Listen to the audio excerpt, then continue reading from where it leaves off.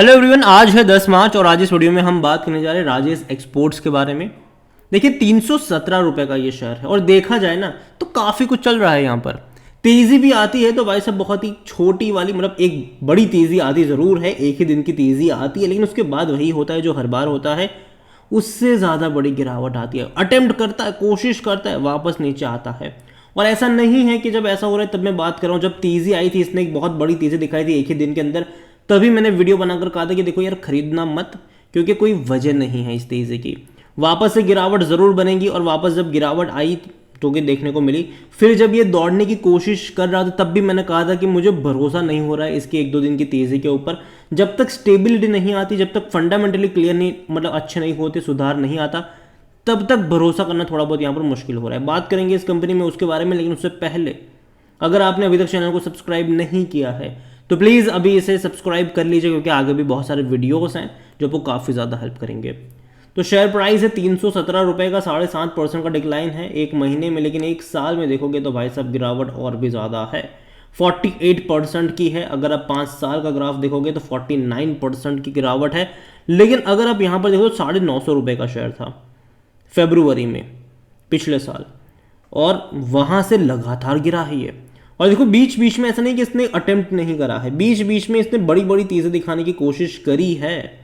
Intraday में काफ़ी बड़ी तेज़ी बीच बीच में दिखाई है, लेकिन हर बार वहाँ से ये गिरावट दिखाता नजर आया। फिर अटेम्प्ट करा, फिर बड़ी गिरावट आई, फिर अटेम्प्ट करा, फिर बड़ी गिरावट आई। तो पहली चीज़ तो ये कि भरोसा करना मुश्किल है एक दो दिन की तेज़ी के ऊपर। और जहाँ तक बात करें, देखो कंपनी जो है वो गोल्ड और डायमंड से जुड़ी हुई कंपनी है ये। और देखा जाए तो कंपनी का जो बिजनेस है वो refining, alloying, manufacturing, export, wholesale तक के बिजनेस है इनके। बेंगलुरु में इनका बड़ा शोरूम भी देखने को मिल रहा है। लेकिन हमें यहाँ पर समझना होगा कि देखो इनकी ग्लोबल प्रेजेंस तो बहुत अच्छी है। ऑन पेपर कंपनी आपको बहुत अच्छी लगेगी, भैया लार्जेस्ट मैन्युफैक्चर कह लो, यहाँ पर largest exporter of gold product from India कह लो, यहाँ पर lowest cost gold jewellery producer in world कर लो, मतलब ये है। लेकिन प्रॉब्लम यह है कि पिछले कुछ क्वार्टर में इसने परेशान करा है। यहाँ पर देखो वॉल्यूम बहुत बड़े देखने को नहीं मिल रहा, मुश्किल से 7 लाख के आसपास के वॉल्यूम यहाँ पर ट्रेड होते नजर आए हैं।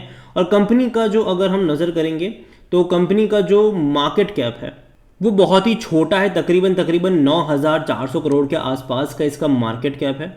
और ऑल टाइम हाई देखोगे तो भैया 1,000 रुपये के ऊपर भी ट्रेड कर रहा था, बहुत बड़ी तेज़ी दिखाई थी उसने। ऑल टाइम हाई 1,000 रुपये का है इसका, और ऑल टाइम लो जो है वो 1 रुपये के आसपास का है, लेकिन हालांकि वो बहुत पुराना होगा। और जहाँ तक बात करी जाए इस कंपनी को लेकर, तो कंपनी देखो जहाँ तक इनके डिविडेंड के बारे में अगर हम बात करें तो सबसे पहले अगर आप डिविडेंड देखोगे तो 1 रुपये पर शेयर का पे कर रहा है। पिछले साल भी पे करा था। इस साल इंटरेस्टिंग होगा ये देखना कि ये लोग डिविडेंड पे कर भी पाएंगे कि नहीं, क्योंकि देखो प्रॉफिट तो नहीं हो रहा है, अच्छा प्रॉफिट नहीं हो रहा है। यहाँ पर बोनस अगर आप देखोगे तो 2007 में इसने बोनस भी पे करा था। स्प्लिट भी देखो तो भैया 2 बार हुआ है, 2005 और 2008 में ये स्प्लिट भी हुआ है। हालांकि डिविडेंड बहुत कम पे करता है, और जनरली जो ग्रोथ आई थी पिछले कुछ टाइम में वो शेयर प्राइस में तेज़ी से ही आई थी, लेकिन अभी नहीं है। यहाँ पर इस बार मुझे लगता नहीं कि ये शायद डिविडेंड पे कर पाएंगे। रीज़न ये है कि नंबर्स जो अगर आप देखो खास करके प्रॉफिट वाइज तो बहुत ख़राब है।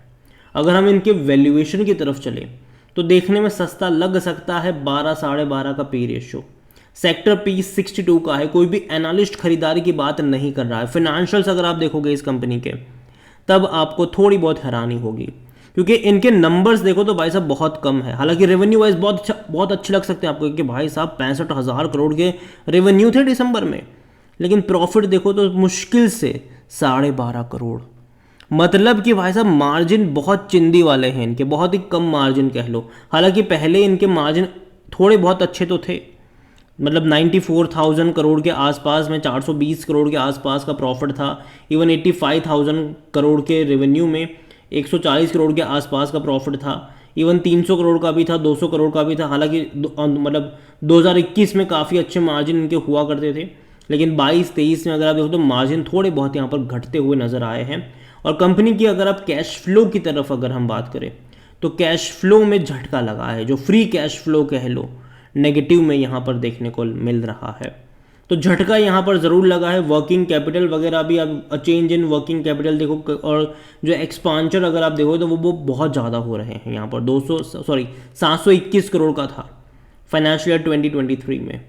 तो ये काफ़ी ज़्यादा बढ़ रहे हैं अभी के टाइम पर, जो कि मेरे हिसाब से थोड़ा बहुत इनके लिए नेगेटिव ज़रूर हो सकता है। और जहाँ तक बात करें हम शेयर होल्डिंग को लेकर, तो प्रमोटर के पास 4.55% का स्टेक है, 0.12% म्यूचुअल फंड के पास है, 10.95% डोमेस्टिक इंस्टीट्यूशन के पास है, 15.77% एफआईएल्स लेकर बैठे हुए हैं, रिटेल और अदर्स की मिलाकर 18.60% की होल्डिंग है, जिनमें से रिटेल इन्वेस्टर 10.86% की होल्डिंग लेकर बैठे हैं, अदर पार्टीज 7.74% पर है। तो ये कंपनी मेरे हिसाब से एक टाइम में काफ़ी अच्छी कंपनी हुआ करती थी, लेकिन अभी जो प्रेजेंट सिनारियो देखने को मिल रहा है वो उतना ज़्यादा एक्साइटिंग नहीं है मेरे हिसाब से। देखो पहली चीज़ तो ये कि नंबर्स अगर आप देखो तो डेफिनेटली आपको देखने के मतलब पिछले 2 क्वार्टर में नंबर में गड़बड़ी देखने को मिली, मतलब गड़बड़ी मतलब कम आए हैं प्रॉफिट। मार्जिन चलो बहुत ज़्यादा डिक्लाइन हुआ ज़रूर है। अभी अगर मान लीजिए कि अगले क्वार्टर में अगर कंपनी के मार्जिन में इंप्रूवमेंट आ जाता है, अच्छा खासा नंबर्स रिप्रेजेंट हो जाता है, तो चीज़ें बेहतर होने के चांसेस है। लेकिन अगर नहीं हुआ और ये जो लगातार गिर रहा है इनका प्रॉफिट, जो 360 करोड़ से गिरकर 309 पर आया, फिर 45 पर आया, फिर 12 पे आया, अगर अगले क्वार्टर में नेगेटिव दिखा दिया भाई साहब, दिक्कत हो सकती है इन्हें। तो ये कंसर्न यहाँ पर ज़रूर है कि भाई साहब आने वाले टाइम में क्या होगा। और यहाँ पर मैं इतना ही कहूँगा कि देखो कंपनी मेरे हिसाब से आने वाले टाइम में जो गोल्ड डायमंड में और बहुत सारे प्लेयर्स आ रहे हैं, बहुत सारे भाई साहब। पिछले कुछ टाइम में अगर आप लिस्टिंग देखोगे ना स्टॉक मार्केट में, तो कई सारे गोल्ड प्लेयरों की लिस्टिंग हुई है, कई सारे छोटे मोटे एसएमई तो भाई साहब भर भर के निकल कर आए हैं पिछले कुछ टाइम में।